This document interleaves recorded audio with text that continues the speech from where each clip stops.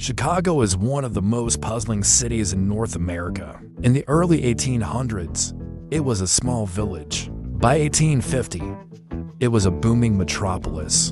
By 1860, it was the second largest city in the U.S.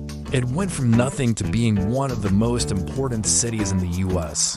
in a matter of decades. It's long puzzled researchers how such a place could suddenly leap into existence. But when you throw in the idea of Chilaga on old world maps, it takes on a very different weight. First off, let's look at Chilaga on these old maps. These are a few examples of old maps showing the name. Notice how some of them label it a city, others a trading hub. Now if you're skeptical, you might think, well, there's no way a pre-colonial map would show an inland North American city. Well, hold on. The term city here might not refer to a permanent settlement, but rather a seasonal or ceremonial center like Cahokia was to the Mississippians. But the placement of Chilaga on some of these maps suggests it was already marked as a known city or trading hub in cartographers' networks. If Chilaga is real, it means Chicago wasn't some random nowhere swamp town. In fact, it was a well-known place in the Western Hemisphere. In native Algonquian, Chicago meant wild onion, skunk plant. But alternative researchers argue this was just a linguistic cover for an already established old world site. Now the next question is, if it was established, why did it start so far back in the 1600s? It looks like the French had some sort of presence here, but assuming it was established with a native population, maybe the French took over an existing site. That's not unreasonable since they often did that with settlements and forts. First, there's the Old World Hub theory.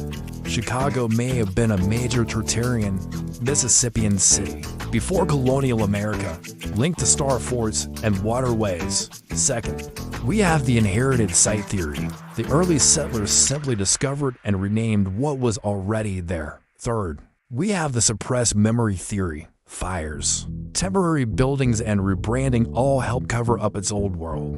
Roots the evidence for Chicago being some sort of major hub goes beyond just having a name on a map. When Chicago appeared in the 1830s, it skyrocketed in development. Let's quickly go through some of the things that stand out as strange about Chicago's development. First, the city's layout. Almost instantly, it had a perfectly laid out street grid, which some argue wasn't random, but rather mirrored old world urban planning principles. Chicago didn't just spring into existence. In the 1830s, commenters point out the city's grid system is odd because it seems like someone already knew exactly how the city would grow.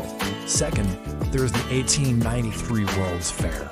Only 60 years after being a swamp settlement, Chicago hosted the biggest World Fair in history. The White City was an astonishing feat of construction. Its Greco-Roman domes, Tortarian-like palaces, and massive columns suggest old world construction techniques and imply a wealth of knowledge and experience, not to mention organization and manpower. Officially, the buildings were temporary plaster, but their detail and grandeur rivaled Europe's oldest cities. Third, there's Chicago's underground infrastructure. The city had tunnels, sewer systems, waterworks, and vaulted basements far earlier than other American cities. Some researchers suspect this was inherited infrastructure, not brand new work. Fourth, there's the fires throughout North America. There have been countless suspiciously timed fires that conveniently erased old world architecture and allowed for a city to be rebuilt under the modern narrative. After the Great Fire of 1871 destroyed much of Chicago, the city's architecture shifted to steel and modern skyscrapers, conveniently erasing any lingering Greco-Roman leftovers. Something about Chicago's sudden rise to prominence and subsequent rapid development seems off, especially when we hear about Chilaga on old world maps. Now, obviously, there's no smoking gun. This is all circumstantial, but when you piece together all these anomalies, they paint a pretty compelling picture. Let me know your thoughts. Is there anything I missed? Thanks again, and if you enjoyed this video, please like and subscribe to see more.